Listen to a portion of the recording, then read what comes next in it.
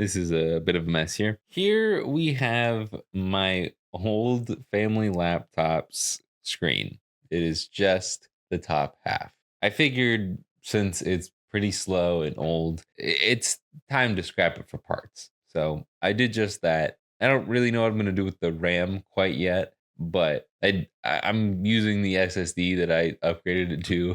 And I also stole the DVD drive out of it for ripping movies on my server. But the last thing that really had any use to me was this screen. And I've been wanting a portable monitor for a while, especially because I saw this like insane deal on a portable monitor for like 20 bucks. I think it was like a price error, but they honored it. But either way, I missed out on that and I really regret missing out on that. So here I am with this, and I am going to turn it into my own portable monitor. I've already kind of taken it apart a little bit. I was kind of hoping that I could use this like this, especially because this is like a touch screen. But to my knowledge, there's no way for me to be able to reuse the touchscreen, unfortunately. And I'm just gonna have to be very careful with touching the screen and getting scratches on it because I really don't have a way to protect it without getting like a perfectly sized screen protector. I guess I could do that. But anyways, for now, I have 3D printed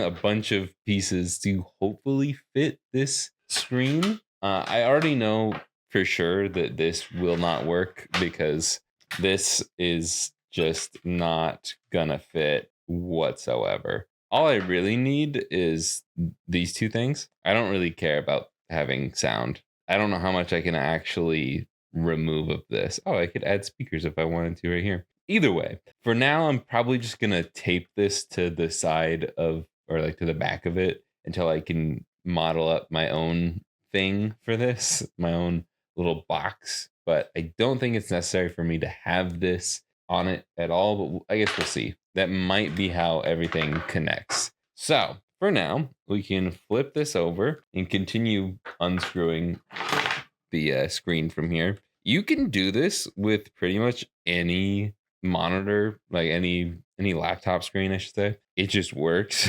You just need to get the right adapter board for your screen. And I was able to just look up this code here, the product code or the product number, the model number, whatever the screen is, not the laptop. I'm pretty sure there are laptops out there that use different screens. Like maybe they weren't all the same screen and through all the regions or whatever. So I would just tear it down, look to see what the actual panel says, and then buy the correct adapter board. Because I literally just Googled that and then driver board, screen driver board, and found this on eBay.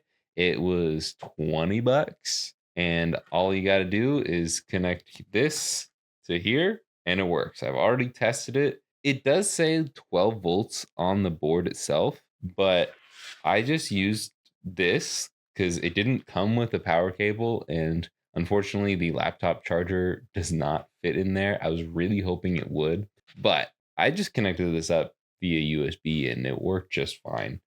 So you'll have to find the right like power adapter for this because I'm sure it depends on what barrel jack they use. But anyways, enough of that.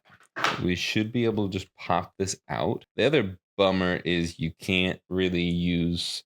I already removed it, but there was a webcam in there, and I couldn't find a way to reuse the webcam either. So this whole digitizer, this is like actually a touchscreen built into this glass here, and it is now useless. There's literally nothing I can do about it, to my knowledge, to include it here, which sucks, but oh well. It'd really only be useful if I was using it with like an actual computer, but for the most part, I'm going to be using this to test home consoles where I can just put this down here in frame and show that the console's working or whatever. That way I don't have to get out the capture card to put it onto screen or have to get out my phone like I normally do to just record the screen because I only have so many capture cards. I already have one working for that, one for this, and the one for the top down's already not the best. And then I have like an HD60S from Elgato that just craps out all the time. So I kind of stopped using that. I'll only use it on occasion when I'm like needing to get game footage separately. Anyways, it's just easier for me video wise to just, if I just need to quickly show that a console's working on a screen, I can just plug it in here. Only bummer for this screen exactly is it's not like a normal screen like pixel count. It's like 768 by 1300 something. So it may not even work with every console that I plug into it. But yeah, I should be able to just push this off to the side for a second. Line all these pieces up. Oh wow, that fits. I cannot explain how perfectly that fits into the width of this. That is awesome. It probably, yeah, too big down here. But there's also another thing that I've already kind of tested in a dry fit before I started recording. The screen's button controls are supposed to just go like right here. One, this just looks backwards in general, like it was meant to be printed the other way. But either way, my buttons do not line up with it whatsoever, not even close. So I'm probably going to end up just not having anything there. We'll see. First things first is I'm going to put this down to where these line up with the screw holes, hopefully. Oh, this is not lining up as well as I thought it would. Maybe I have to remove these little adapter things here, because there's like, other than this one here, they all have this little adapter thing. Now, hopefully, all of these line up. Okay, that got pushed out. So I'm like, that's not lining up anymore. I'm just going to start shoving some screws in here. I think these are all the same size.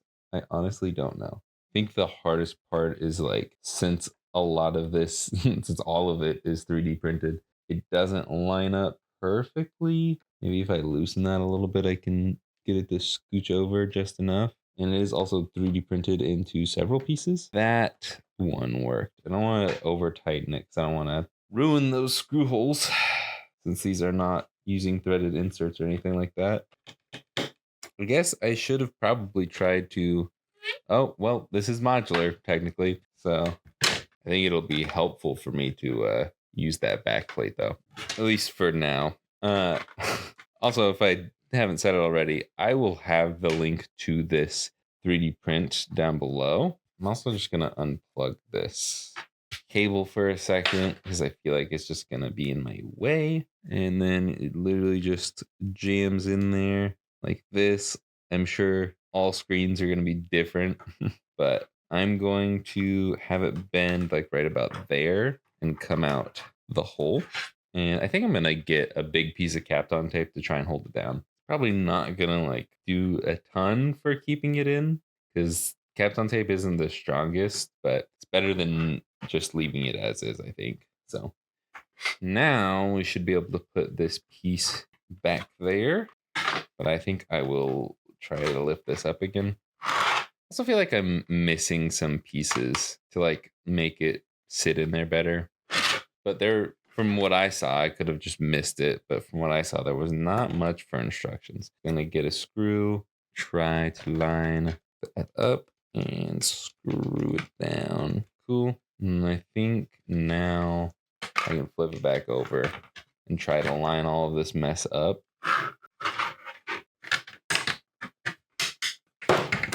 Whoa.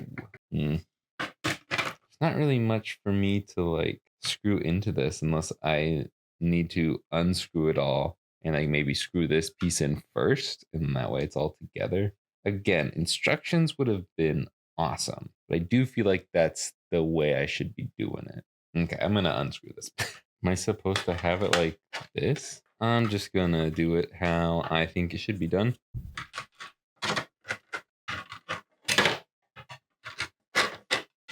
Just tighten these as tightly as I can. And then try and fit this through here. And there are like pass-throughs for the cable, somewhat. Then we can put these in again.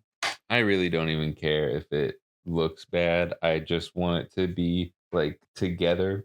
It doesn't need to be pretty. It's not the most well lined up. Oh, but I just twisted it Okay, I twisted it and everything seemed to line up a lot better. Now, theoretically, I should be able to just like I should have been able to just screw this in down here, but I don't even think the screw holes line up for this. So let's just dream for a second. No, this board does not line up at all. So this is kind of useless down here for me. I will be plugging that in on the other side, but everything else should just pop in for the front half, just like that. Just click into these grooves here, which is pretty cool. Snaps in.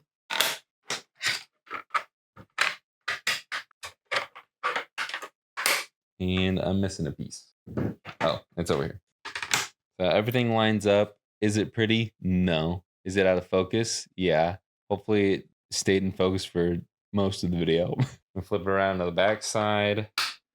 And hopefully I can at least screw it in. Nope. I can only screw in like one of these because this also does not line up. At least for now, I'm going to screw it in on one of these screw holes. Probably could have grabbed a shorter screw, but that is mostly locked in now. And then I should be able to do the same thing over here. It's funny because the board does actually line up eventually, like kind of at least. It lines up with the on off button and stuff being on the same side, but it just doesn't fit perfectly. So fortunately, I don't have any screws that are smaller, really shorter. So we'll do the same thing here. And then we can plug the ribbon cable back in. And I guess I could have, I'll try to do that real quick. Ouch. I'm going to feed it through underneath the bar so it's a little more clean. And if I have the time slash feel like I should, which I probably should, I will make an adapter, my own adapter that fits my boards into a nicer, more compact VESA mount here. That way I could also mount this with a VESA mount because I'm assuming that this fits a VESA mount, but I just need to extend these out a little bit more so I can fit this board into there. But yeah, neither of my boards fit either of these screw mounts. I'm also wondering, there was like another little piece that I'll hopefully put on screen that was like similar. It looked like it could fit in these pieces, but I don't really see the point because once you screw it all together, it looks like it works just fine. I now have a monitor out of my old laptop screen, so that is pretty cool. Let's set it up so you can actually see it. Again, I literally am just using. Hopefully, it doesn't break anything. I am quite literally just using USB power from my computer. Oh, and I think I put it back. Yep, I turned it on. I'm going to use this roll of Kapton tape to prop it up. Nope. Prop it up like that. There we go. And in a moment, you should see, yep, my computer screen. Look at that. Look at that. Not very high quality screen. The other thing that bugs me a little bit is the cutout is not quite right. I mean, no, I don't think I can fix the height, which the height actually looks perfect. It's just like down here, it needs to go up a little bit more. But it's also a little bit shifted to the left, which I might be able to fix because there are like two screw holes that I could have used. So maybe if I used the other ones, then it would have worked better. Oh, yeah, that's also the bummer part about having this on the back. I could potentially make a new version of this that will work with my board, but again, I'm lazy and I just don't think it would work that well. It would have to be like friction fit in there, which may work, but eh. Also, this was only like 120 grams of filament, which is not bad. It would have been a lot nicer if my bed would have fit this entire thing, but it does not. So I did have to do it in pieces, which the file that I downloaded already had everything split up into these like 4 back pieces and 6 front pieces. So I didn't have to manually do any of that. That was nice. But they also have files if you happen to have a printer bed big enough to fit the entire thing, which this is for a 15 and a half inch laptop screen. then you can print it all in one piece, which I guess I could have done it with PCBWay or somebody like that does prints that probably be big enough. But anyways, that is that for this one. And yeah, this has terrible viewing angles because I can't see it at all like this, but it's good on camera here. And if I tilt it so I can see it, it looks horrible for the camera. So yeah, maybe this wasn't the best idea. Hopefully I can make it better, but I'm not going to do that in this video unless I add it on at the end here. Otherwise, thanks for watching. Subscribe. Probably never going to do this again. So if this is all that you're interested in, then maybe don't subscribe. But if you like me, subscribe.